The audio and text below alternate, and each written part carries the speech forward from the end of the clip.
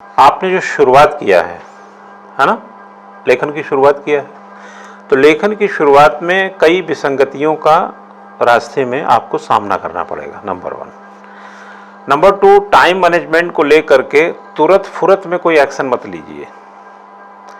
आप अगर टाइम पे ध्यान देते रहेंगे ना, जैसे कौन बनेगा करोड़पति में वो 60 सेकंड का टाइम चलता था, तो अगर आप ये सोचेंगे अब 40 सेकंड हो गया, 50 सेकंड हो गए, तो क्वेश्चन पे कंसंट्रेट नहीं करेंगे। अरे भाई, आप पहले क्वेश्चन तो पढ़ लो, विकल्प तो देख लो। ऐसा तो है नहीं कि 60 सेकंड से जीरो होने में क्षणिक है, 1 मिनट का फासला है या 60 सेकंड का फासला है।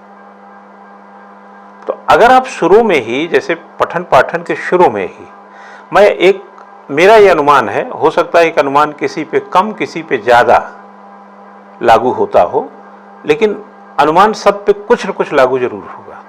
और वो ये है कि आप अब तक ठीक से पढ़े तो जरूर हैं, लिखे नहीं हैं। हो सकता है, मैंने बोला ना कि कम ज्यादा हो सकता है। ये जैसे बुखार है, किसी को 99 किसी को 102 है, लेकिन बुखार से कोई बचा नहीं है। वैसे ही आप पढ़े जरूर हैं, लेकिन आप लिखे, कोई ज्यादा लिखा कोई कम लिखा है, लेकिन आप ठीक से लिखे नहीं हैं। अभी निबंध आप कब लिखे? 200-250 शब्द में उत्तर कब बनाया आपने? न्यायिक पुनर्विलोकन की व्याख्या कब किया था? फंडामेंटल राइट में राइट टू इक्वलिटी को लेकर 125 शब्द कब लिखा आपने? डायरेक्टिव प्रिंसिपल में वेलफेयर स्टेट को लेकर के आपने टिप्पणी कब किया? राष्ट्रपति पर कोई निर्वाचन पर उन पे कब आपने 250 शब्द का कोई उत्तर तैयार किया? नहीं किया ना। या भारतीय राष्ट्रीय आंदोलन में 1857 का विद्रोह क्यों असफल हो गया, या असहयोग आंदोलन क्यों असफल हो गया, या नेहरू रिपोर्ट पर आपने कब टिप्पणी की थी? गांधी इरविन समझौता पर 125 शब्द कब लिखा आपने?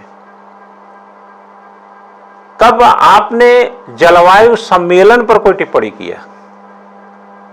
पर्यावरण, विश्व पर्यावरण दिवस है 5 जून को, जो 1972 से चला आ रहा, मनाते हैं। आपने पर्यावरण पर निबंध कब लिखा था? नहीं लिखा ना। अगर लिखे होंगे तो एक काफी अरसा कईयों को बीत गया होगा।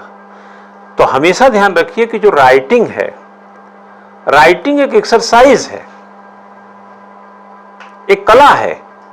आपने कभी गौर किया होगा कि जो गृहिणी किचन में काम करती है, लड़कियां हैं कुछ इसमें और अच्छे से समझ जाएंगी, लड़के भी जिनका सरोकार है पढ़ाई लिखाई के दौरान किचन से यहाँ वहाँ, जनरली हम घरेलू बात कर रहे हैं कि जो किचन में जिनका सरोकार है, उनको चाय का डब्बा कहाँ है, चीनी का डब्बा कहाँ है, अदरक कहाँ है, दूध कहाँ है, उनको ज्यादा खोजना नहीं पड़ता। वो जहां है वहीं हाथ लगाएंगे।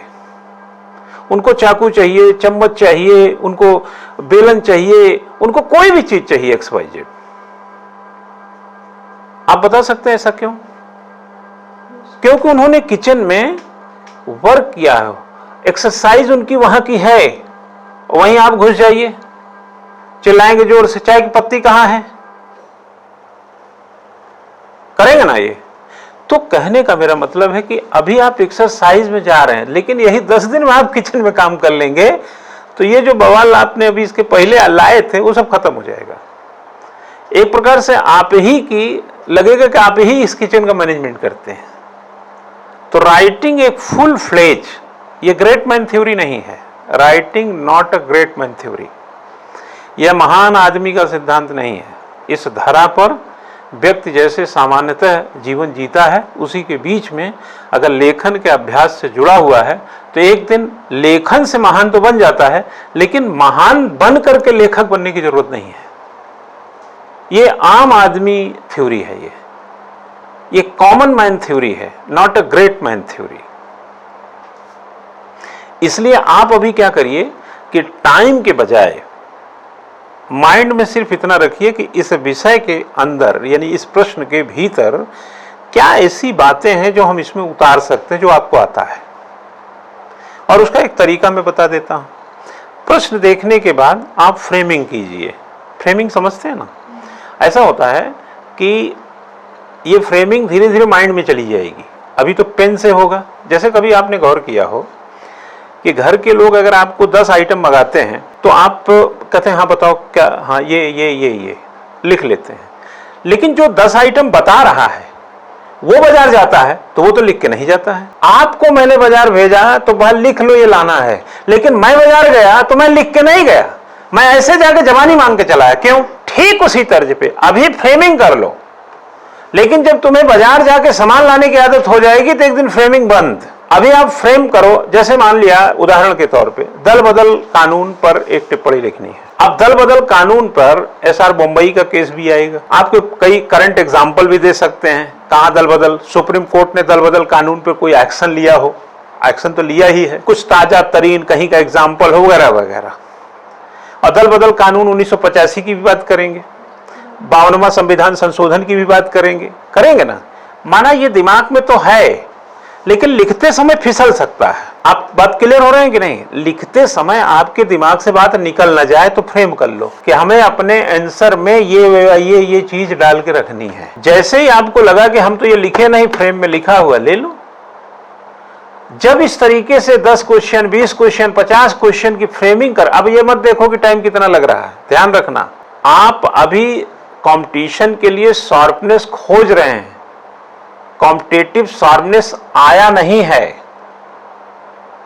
अभी तो आप कंपटीशन के लिए तैयार हो रहे हैं ना, तो तैयार होने के लिए आपको प्रिपरेशन में टाइम लगेगा। जैसे Rome is not built in a day.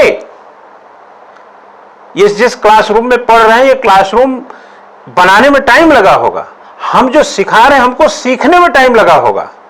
आपको क्या लगता है कि हम रात को पढ़े और सवेरे पढ़े आपको पढ़ाने चले आए? नेवर। पता नहीं कितने साल से पढ़ रहे हैं। तो जब आपको 1985, 52 अमेंडमेंट, बाद में 2003 उनमें जो अमेंडमेंट हुआ वगैरह वगैरह सब चीजें सब कलेक्ट कर लेंगे। अब क्या होगा, फ्रेमिंग की जरूरत नहीं पड़ेगी। अब तो आपकी पूजा की सामग्री भी घर में मंगाए ना, 75 किस्म का सामान।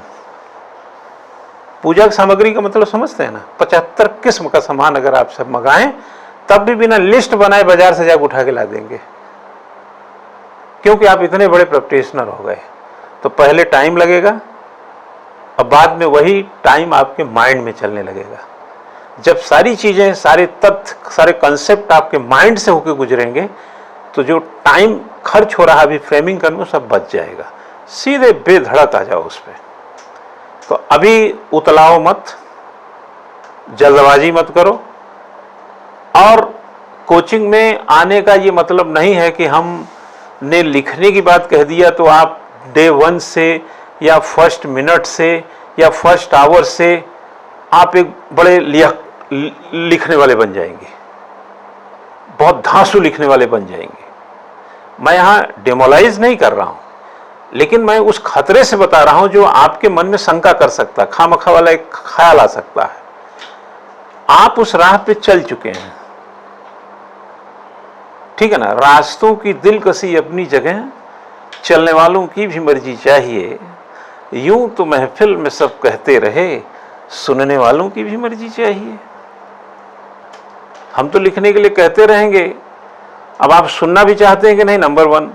आप सुने लेकिन लिखना चाहते हैं कि नहीं, नंबर 2। ठीक है। और अगर आप सुन रहे हैं और आप लिख भी रहे हैं तो सब्र रखिए, देर सवेर एक अच्छा लेखन उभर आएगा।